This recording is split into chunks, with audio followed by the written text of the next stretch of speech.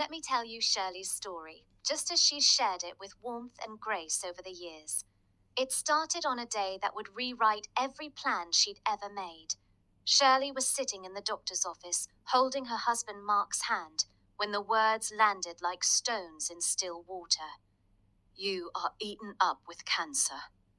The tests confirmed it had spread through her breast, into her bones, settled deep in her organs and lymph nodes. Stage 4. Untreatable, they said. "You have about 90 days to live." Shirley later recalled how the room seemed to blur around her.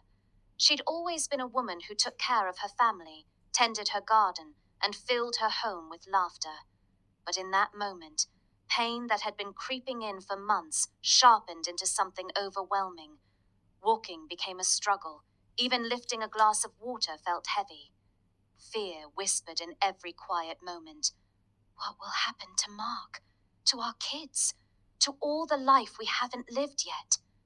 But Mark, steady, gentle Mark, wouldn't let fear take root.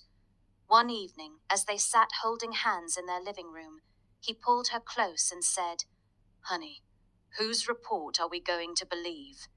He'd grown up on scripture, and together they began to lean into the faith that had carried their family through every storm. They prayed each morning, hands clasped over her belly, asking for healing with a hope that felt both fragile and fierce. Their church family wrapped around them too, bringing meals, cleaning the house, and promising to stand with them every step of the way. Then came the night that would change everything. Shirley woke in the dark, and there, at the foot of her bed, stood a figure bathed in soft, warm light. She knew it was Jesus, his eyes full of such compassion, such love, that tears rolled down her cheeks without her even realizing. She didn't hear words, not exactly, but she felt a peace settle deep in her bones, the kind that says, "You are not alone." Not long after, they met a new oncologist who looked at her files and paused. Instead of more grim news, he said something she'd never expected. Pray for a miracle. He then talked to her about sweat therapy, using heat to help the body release toxins, and suggested a strict whole foods diet, gentle exercise, and targeted detox work. Shirley didn't hesitate. She threw herself into it, early mornings in the sauna, walking slowly around their yard as strength returned, filling her plate with fresh vegetables and nourishing grains. And all the while, friends and church members were fasting and praying, their love like a blanket around her. 3 weeks after her diagnosis, she had a dream so vivid it felt real. She was standing on a quiet country road when a huge semi-truck came barreling toward her, horns blaring, out of control. She couldn't move. She was frozen in place. But just as it seemed to be about to crash into her, it skidded to a stop, mere inches away. In that moment, she heard a voice in her heart. "That's the cancer I just stopped." When she woke up, she felt different, lighter, like a weight she'd carried for years had lifted. Day by day, she grew stronger. The pain softened. She could walk farther, laugh louder. When the 90 days were up, she and Mark drove to the hospital for her scan, their hands tightly intertwined. They'd prayed for healing, but part of them still braced for the worst. The doctor came in holding the PET scan results, his face pale with shock. He stared at the images, then at Shirley, then back again. "I don't understand," he said quietly. "There is no sign of cancer anywhere in your body. It's gone." Shirley later said she didn't jump or scream. She just started to cry, and Mark held her as they both thanked God for the miracle they'd prayed for. To this day, she shares her story not as a promise that every story will end this way, but as a reminder that hope can bloom even in the darkest places, and that love, from family, faith, and community, has a power all its own. Oh, she's filled her days with so much light and purpose. You'd never guess she once faced such darkness. After her scan came back clear, Shirley says she felt like she'd been given a second life and a sacred task, to share her story with anyone who might be struggling. She spent months writing down every detail, from the fear of diagnosis to the warmth of that night she saw Jesus, from the discipline of her new routine to the joy of hearing the doctor say, "No cancer." The result was her book, Stage 4 Cancer Gone, which she self-published first before it was picked up by a small faith-based press. She didn't write it to say, "This is the only way." Instead, she wanted to give hope to people who felt like they'd run out of options.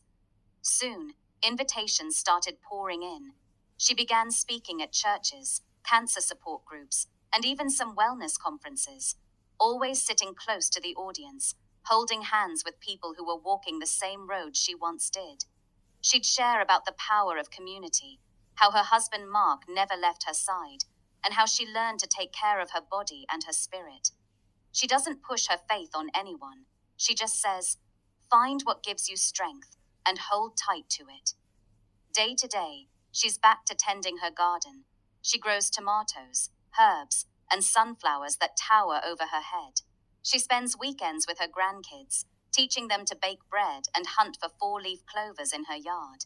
And she and Mark started a small non-profit called Roots of Hope, which helps families facing cancer cover costs like gas to appointments, groceries, or even just a night out to take their minds off things.